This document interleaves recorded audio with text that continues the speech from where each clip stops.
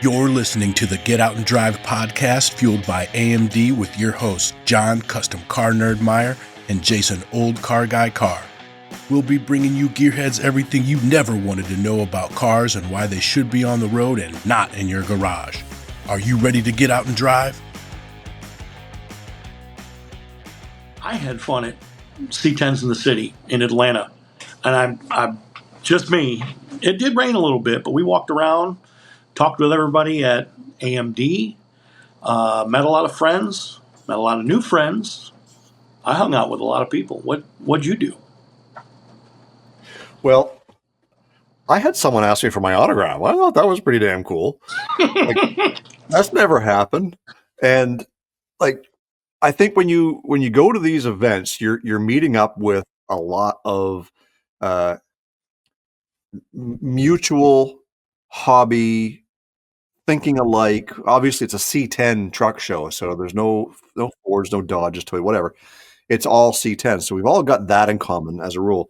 And just meeting up and getting to see all these people with that common interest in one spot, there had to be at least 300, maybe 350 trucks. Despite the rain or the threat of rain, I still had a blast. We got to see a lot of people, a lot of famous people were there. Derek Geary, Kevin Tates, Mike Finnegan, and had the opportunity to chat with those guys a little bit while we were there too. And of course, Eddie and Jason, huge promoters of this event, and they were running around ragged all day. Rick and Sarah. Yep. Rick and Sarah, they pulled off a great show. They were worried about the rain, but I still would call this event this year a whopping success, and I'm glad that I got to go. Yeah, I thought it was pretty cool. It wasn't my style. Let me start there. Wasn't my style, but the big, giant silver C10 from Built by Yo. Yeah. Wow. That thing was huge. 30-inch wheels and tires. Oh my God, it was huge. I don't even know where to start. I don't know. It was parked right in front of our booth, and it was an attraction like you wouldn't believe of a crowd all day. Yeah. And it was giant. I mean, you could almost walk underneath it. It had to have been 12 foot tall. Easily. I mean, it was a big ass vehicle. What was your favorite truck there? I know I had my favorite, and they may be the same, but what was yours? Well, if you guys follow me on YouTube, I've done my video, and I expressed my showstopper of the show, and it was this beautiful 77 GMC Jimmy. It was a K5 lowered to the ground, kind of like a baby blue, robin egg blue, whatever you want to call it. It had the buddy buckets in the front with the console, had the plaid in the seats, the manual crank window in the rear. I mean, this thing was absolutely stunning. A set of Detroit steel wheels on it, stock 350, working AC. Like, it was right. And even though it was kind of buried between two other vehicles, it still stood out. I was drawn to that thing like a madman. I kept going back to it several times throughout the day, and finally was able to get some footage and talk to the owner a little bit about it. And to me, granted, there was a lot of really nice trucks there. This one just stood out to me. John, how about you? Which one caught your eye? I liked that one. And I think it was the same vehicle that has the what's it called? The desert stripes on the side of it. Oh, the Desert Fox, yeah. The Desert Fox stripes. And it had Desert Fox stripes, and was that the same one that had the light blue stripe on the bottom of it? Or that was a different truck? That was a tan truck that had the Desert Fox with the light blue. Was that sitting over there underneath the rings? Yes. On that front row? Yes. Yeah, so That one was different because it didn't have the stripes down both sides of the hood. It had it on the driver's On side. one side, right? Yeah. And it incorporated a little bit of blue in that Desert Fox-esque Right. style I paint wanted job. to hate it, but the blue looked killer. Yep, it did. It popped. It looked killer. I mean, we were checking it out at the pre-party. Yes. And it was just sitting there, subtle as hell. And I couldn't stop looking at it. It was super well built. I mean, badass truck. That I don't care. Somebody took a chance, whatever. That Desert Fox stripe with that little bit of blue in the bottom. Yeah, and those stripes were painted. I overheard the owner talking Was to not decals. somebody else. Yep, there's no decal there. That is all paint. And there were several of that style paint scheme. There was this old beat up. I don't want to say beat up. I don't want to offend anybody. There was this old original Blazer. It was white and it had the 4 different colors of green in the Desert Fox style stripe. And that thing absolutely looked mint. It totally changed. I liked that truck. It was knocked around just a little bit, and it had issues and paint chips and things. But I'd drive the wheels off of that thing. Yep. And that's the bonus part of driving a vehicle that's got a little bit of love on it already is you're not worried about getting stuck in the rain. You're not worried about getting a shopping cart bumped into it at the mall. Like it's already got a few battle scars. Like Dale, the truck, had a few little picks and this and that. Even my Suburban, Dale Jr., got a few little love taps here and there. But at the end of the day, it's not perfect. I don't care if I get caught in the rain. In fact, I still haven't washed it since I come back. It rained almost the whole way home. Nice. So nice. It's and there was this one truck that is affectionately called Honey. It was the yellow truck that was up by the entrance that had the NASCAR-inspired Aero steel wheels. They had to be 10 inches wide. We talked to that guy for a bit. We did. He was very appreciative that I did a quick little video on it, and we've been interacting a little bit on Instagram. That thing is a sweet ride. Battle scars, beat up interior, crooked front license plate. And I asked him specifically, I said, is that missing a front license plate screw on purpose? And he says, you like that, do you? I'm like, yeah, absolutely. Yeah. And it was built on a budget. You know, he had the hood popped and everything looked really nice under there. It had the gold anodized style Moroso covers, valve covers, and air breather. Like it had some love. And I can appreciate that kind of a build just as much as I appreciate, you know, something that somebody's got, you know, $100,000 tied up into. I really do. And because the whole point of being a hobbyist is simply, I can do what I can do. I know my limits. I know my budget, but I still love this truck. And I'm going to show everybody how much I love it. That guy was proud of that truck, just as proud as I was of mine, as you would be of yours. And that's what matters. The dollar value don't mean squat. Oh, hey kids, this is Jason with AMD. You're watching the Get Out and Drive podcast. Check this out.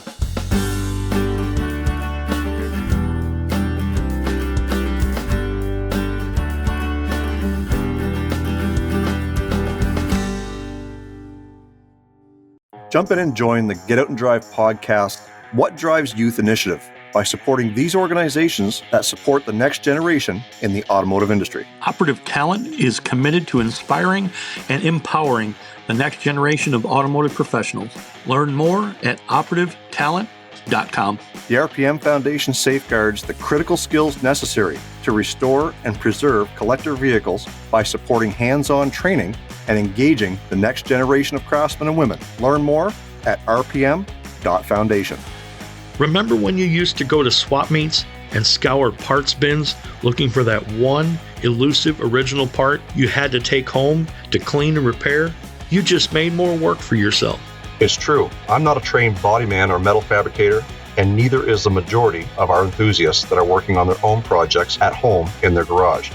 For me, finding high-quality replacement body panels, rust repair parts, trim, and weather stripping is key to making sure my project is ready to get out and drive. AMD is the place to find restoration parts, including trim, glass, and weather stripping. When you are restoring iconic vehicles like the Square Body and OBS GM trucks, Mopar muscle cars, and Ford Dentside pickups, think of AMD whether you're a seasoned restorer or a hobbyist tackling your first restoration. Look no further than AMD. Visit autometaldirect.com and explore the AMD Garage for helpful restoration tips, insider stories, and more. Be sure to use the code GOND when you place your order for a 10% discount exclusively for our listeners for a limited time. AMD, more than metal.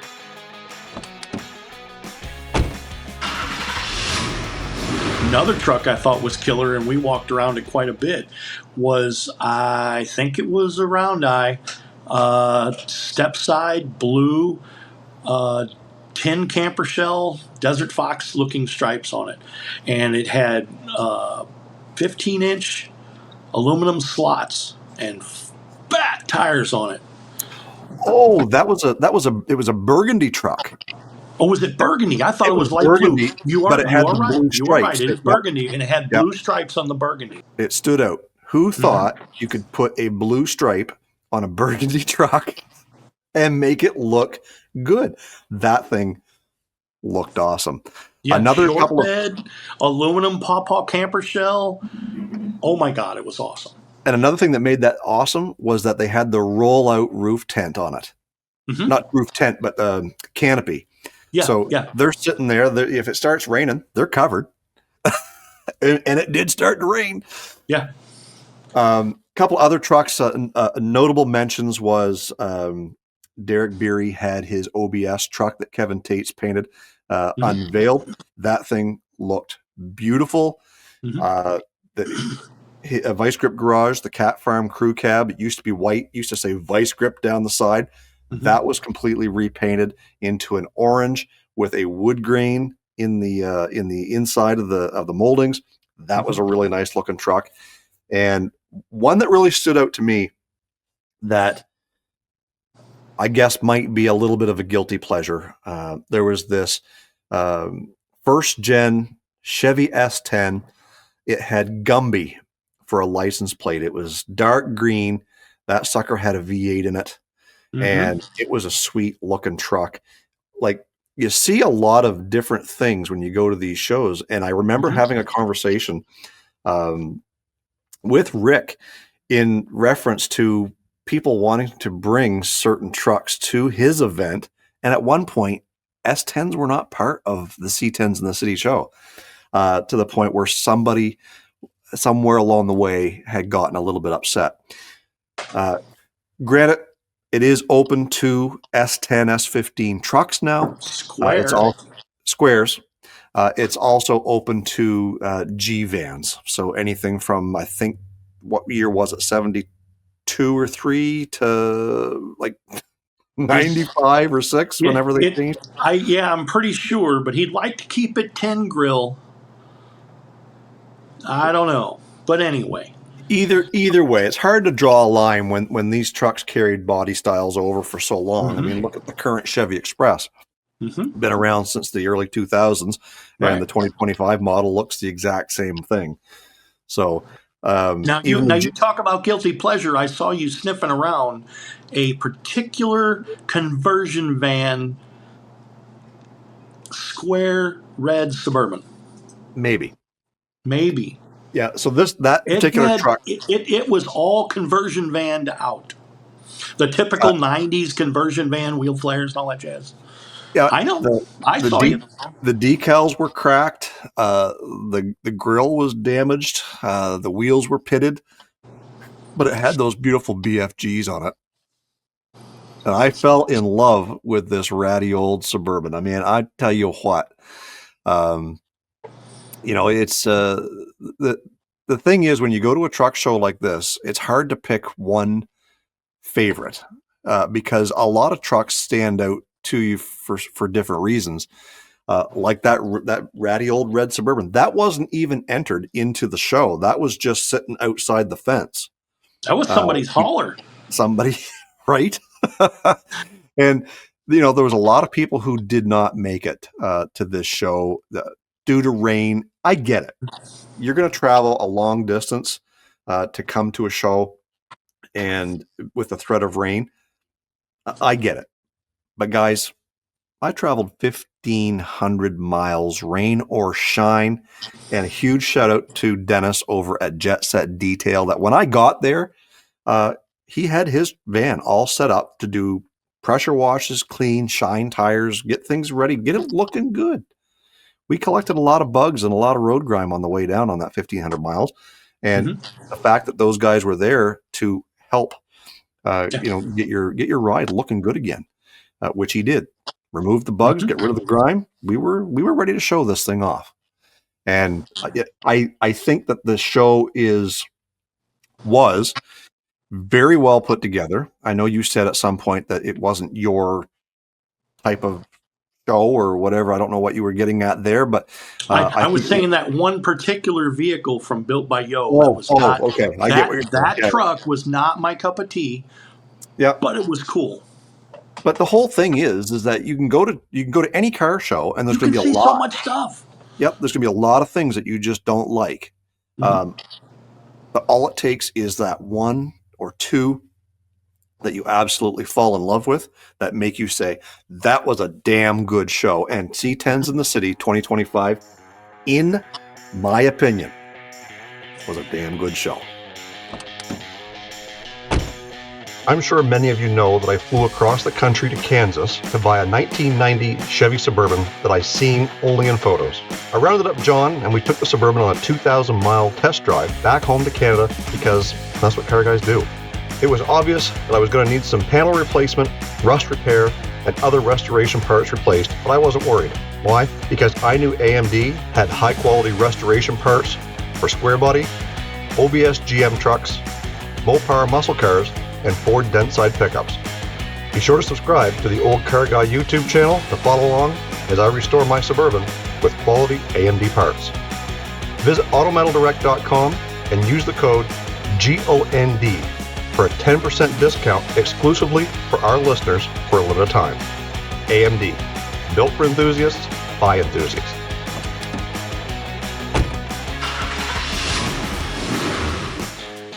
Now, Jason, C10s in the City was pretty fun, but I know I had a ton of fun. We went to a personal tour of AMD at their warehouse. Jason Chandler and Eddie Cabreco were very gracious to show us around. Eddie was getting ready for the show the next day. He was jamming everything in the back of the trailer and everything, their brand new big-ass trailer. But Jason showed us around everywhere and showed us the ins and outs of that place and the rumor that it's about to get really, really, really bigger. Yeah, if you guys ever have the opportunity to stop into AMD, when you go into the showroom, as nice and as beautiful and as big as it is the smallest room in the entire building. And we got to see lots. We got to see the warehouse and how they have dedicated shipping for some of their suppliers, or they are the supplier for some of their retailers, like Jegs and Summit and some of those guys. Every bay has its own spot. Every wrap has its own color for a specific thing. And knowing everything that they carry in that warehouse, you know what the one statistic that stood out to me about that whole tour? What was that? That from one end of the building to the other, measures almost a quarter of a mile. We put in a lot of steps that day. We did. We put in a lot of steps. When you go to a shipping place and they have a dedicated wood shop strictly for making crates for shipments, they're like down to it. They know what's happening. They're not going to damage your stuff. No, and he even showed us the pile of damaged stuff the returns. It wasn't even a pile. It was like a couple of pieces laying in the corner.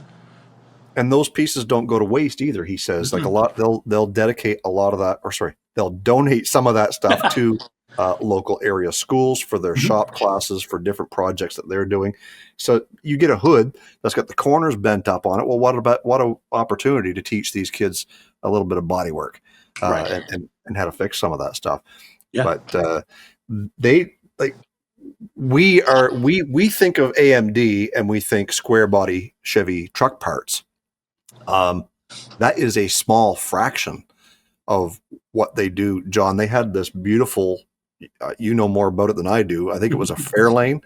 No, they did. They had a 63 Galaxy XL. Yep. And almost every panel on that car that was put together was AMD stuff. Yeah. They do not have a roof. They do not have inner door structure and a couple of inner quarter sail panel pieces. But 80% of that car can be new. Yep. And there's a lot of people behind that car, a lot of factory lightweight looking cars, a lot of AFX looking factory race cars. All that stuff can be finally restored using their parts. And we saw them, everything from firewalls to floors, trunk floor, trunk drop-offs, tail panel, quarters, inner quarters, wheelhouses. I can't even say enough. Beautiful, beautiful pieces. Mopar B bodies, dent side, bump side Fords. As Jason mentioned in the interview that we did, if you guys haven't listened to that, go back and listen to our interview with Jason Chandler. Getting into some of the early Bronco stuff, which is new for them. So they're not just a square body store. They're dealing in a lot of stuff, and as they grow, from what we understand, there is an almost equally sized warehouse across the road that now is part of their umbrella. They've opened up a lot of their warehousing to store a lot more stuff. So they are growing. They are huge part suppliers to a lot of big names out there. I'm not going to start listing them all because I would forget some. But chances are, if you've ordered body panels from a number of these big nationwide part suppliers, they likely came from AMD, and that's huge. That there are other companies out there that are selling their product, helping them do what they do, and they do direct ship if you buy right from them too. So I was impressed. They've got a very clean shop. They've got a dedicated R&D shop out back. We got to see some secret projects. We did. And some of that stuff will be available on our YouTube channel, Get Out and Drive. We're going to be putting together a little bit of a show on that tour. So you'll be able to see some of that stuff. And John, one of the things that I found amazing was they have a photo studio that would make a lot of, I don't know, modeling agencies jealous. What were they using that for? I walked in and I thought, oh, this is somebody's office. One whole side of it is nothing but lights, and it has all sorts of endless walls. Place had round corners and everything. They're putting their parts. They take them right out of the box, fresh off the line. These are not shined up show pieces of anything. This is what you as a consumer will get. They pull stuff randomly off the floor. They put it in front of a camera, and they have one guy. That's his only job, I think. 360 viewing. Now, you can go on their site, you can scroll, you can turn, flip it over. Now, some other sites, you look, and they've got a picture of a piece. You want this thing, buy it or not. I don't care. AMD, you can turn the piece 360, see the inside of it, see every part of the thing. And it was a wonderful, wonderful studio with very creative minds behind it. Yeah, and the fact that they had a a full-on square body truck sitting out front that was built out of AMD parts, as well as a I'm going to forget the name of the cab company that makes the Chevy cab. Oh, the one that puts together their parts. I cannot remember their name. I'm sorry. We will flash it up on screen for those who are watching us here now, that they build cabs for square body trucks. And AMD provides almost every aspect, every sheet metal panel, piece, cross member, box, tailgate, bumper, brackets, lights, more than metal. They're doing interior pieces. They're doing hood ornaments. They're doing trim. Like, all this stuff is now available. It's not just sheet metal. It's more than metal. Oh, hey guys, this is Jason here with AMD, and you're watching the Get Out and Drive podcast. Check this out.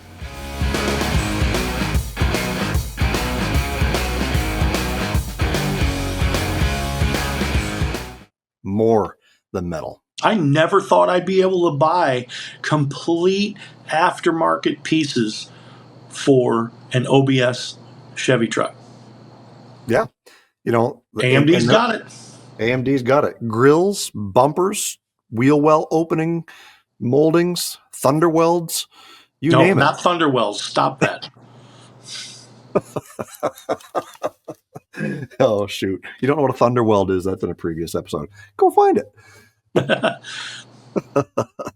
Well, go ahead. I was going to say a huge shout out to Jason Chandler, Eddie Sabreco, and Zach Huckleberry. Those guys, huge fans of ours. We're huge fans of theirs, and we thank them for taking us through, showing us what it is that they have to offer. And look, guys, I think it's something that the world needs to see. It's not just metal. It's a lot of other stuff. They support this industry so heavily. They are at so many different shows. They go to C10s in the city. They're at SEMA. They're at C10 Truck Nationals. They go to all these different places to get their name out there. And you know what? They're not afraid to support the small guy like you and me, John. That's why AMD has been our title sponsor for 2025 of the Get Out and Drive podcast, and we are calling it Fueled by AMD. We're so happy to have them on board. We are thankful for the fact that they invited us down to C10s in the city and to their warehouse to give us a personal tour to see what it's all about. John, any final thoughts on AMD and what we saw while we were there? I don't know, man. My brain is still going. It's been a bit since we've been back from C10s in the city and AMD, but I'm still astonished by everything that AMD has available. Their turnaround time and everything on their orders is down to about 1 day or so for in-stock items. It's amazing. Yep, looking forward to C10s in the city 2026. Are you ready to get out and drive in 2025? Connect with us on social media. Find us on Facebook, Instagram, and TikTok. Follow us on X at Get Out and Drive Pod. Cruise on over to our website, getoutanddrive.com, for all the info you never wanted to know about our podcast. Hit us up on our listener hotline, be the first to know what's happening, get industry news, and grab your Get Out and Drive merch. If you're looking for cool garage art, check out the lowbrow artist Richard Keel. His use of classic pinstripe lines mixed with tongue-in-cheek hand-painted images evokes the nostalgia of the 50s and 60s hot rod culture. Cruise over to stlpinstripes.com and get your one-of-a-kind artwork, stickers, and t-shirts today. What drives you?